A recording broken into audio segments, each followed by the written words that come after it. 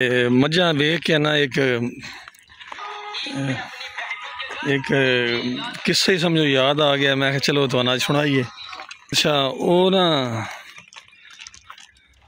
बंदे कोई 5-7 बंदे ना कट्ठे मझ एक लैके टुर गए उत्थे मंडी मवेशी च। अच्छा डरदी है मझ है तो वो मझ जी बड़ी गंदी है। तुहानू पता है मझां जे दरियावां बह जांदियां ना कि छप्पड़ां च तो तुहानू पता बड़ियां गंदियां हो जांदियां मझां। तो इन कीता उन्हें ना गंदी मझ ही ना वो लै गए उस मंडी च जाके उन्हें आख्या जी असां बेचनी है। गाहक आ गए उन्होंने को ना उन्हें आख्या किन्ने दी देनी ने। उन्हें आख्या जी 20,000 रुपये दी। पुरानी गल है, बड़ी पुरानी गल है। 20,000 च उन्हें आख्या तुहानू ना मझ देने। अच्छा जिसलै वो मझ जी है उन्हें ना 20,000 उन्होंने को लै ली तो उन्हें मझ वेच के ना कोई चंगी मझ लैनी है उत्थों मंडी विचों ही ना। वो जड़े बंदे जिन्हें उन्होंने को खरीदी वो मझ उन्होंने लै गए अपने ना मंडियां ते। तुहानू पता है जड़े ना मझां मुझां जड़े खरीददे ना इन्हें अपना उत्थे ना मंडियां ते बड़ा अपना डेरे शेरे बनाए होंदे न। उत्थे उन्होंने खातर दुआजा करते हैं तो उस तो बाद किसी को खरीद ली तो अगे बेच छड़ी। अच्छा वो जिसलै उन्हें 20,000 रुपया लै लिया तो अगे फिर वो मंडी बिच वड़ गए। उन्हें मजीद कोई मझ वेहने थोड़ी जी महंगी मझ खरीदने तो खरीद के घर लै जाने। वो अगे टुरे तो वो जी जिन्हें पार्टी मझ खरीदी है ना उन्हें 1-2 बंदे उन्हें पिछे ला छड़े पर तुसीं इन्हां ते नज़र रखनी है तो वेखो के करते हैं केड़ी मझ पसंद करते हैं। वो उन्हें नाल पिछे पिछे फिरते रहे जिथे कोई मझ वेखन ना तो नाल वो बंदे आखन कि एक मझ बड़ी सोहनी है वो 4-5 बजे आनी है तो वो तुसीं ना पसंद करे हो सकता तुहानू पसंद आ जाए। अच्छा वो जी मझ उन्होंने को लई वो उन्होंने नाल वाले डेरे ते लै गए। उन्हें उस नवाया धोया चंगा नवा धोआ गया।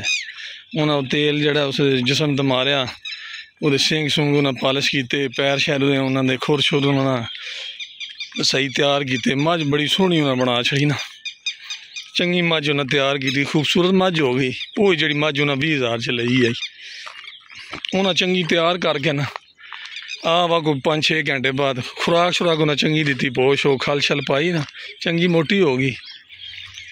तो जिसलै उन्हें मझ दूजे बंदे बेची आई तो मझ आई बड़ी गंदी। इन्हें उस चंगा बेहतरीन तैयार किया तो फिर उन्हें अगे लै आंदे। उन्हें जिसलै वेखी ना मझ उन्हें आखिया मझ तो बड़ी सोहनी है माशाअल्लाह जी मझ बड़ी सोहनी है। किन्ने दी ने? उन्हें आखिया जी 70,000 दी। अच्छा वो 70,000 दी मझ उन्हें खरीद ली। खरीद के उन्हें गड्डी शड्डी किराए ते की वो लद्दी वो तो निकल पे अपने पिंड वाली साइड ते बड़े खुश। मझ असी बड़ी चंगी खरीदी है तो घर वाले वेख सन तो बड़े खुश हो सन। वो जिसलै पिंड के नेड़े जाके उन्हें गड्डी ना खलवाई तो मझ जिसलै लाई ना वो मझ लैंदी गई तो वो उन्होंने को ना रस्सा छुड़वा के नस गई। और रस्सा जिसलै छुड़वा के नस गई रौला पै गया जी।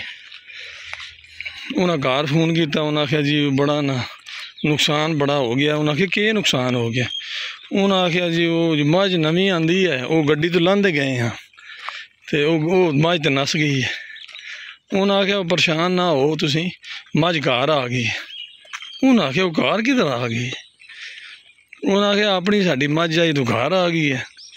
वो इस तरह भी तुहानू पता वे लो मंडियां जाइए तो इंज भी दा लग जांदे।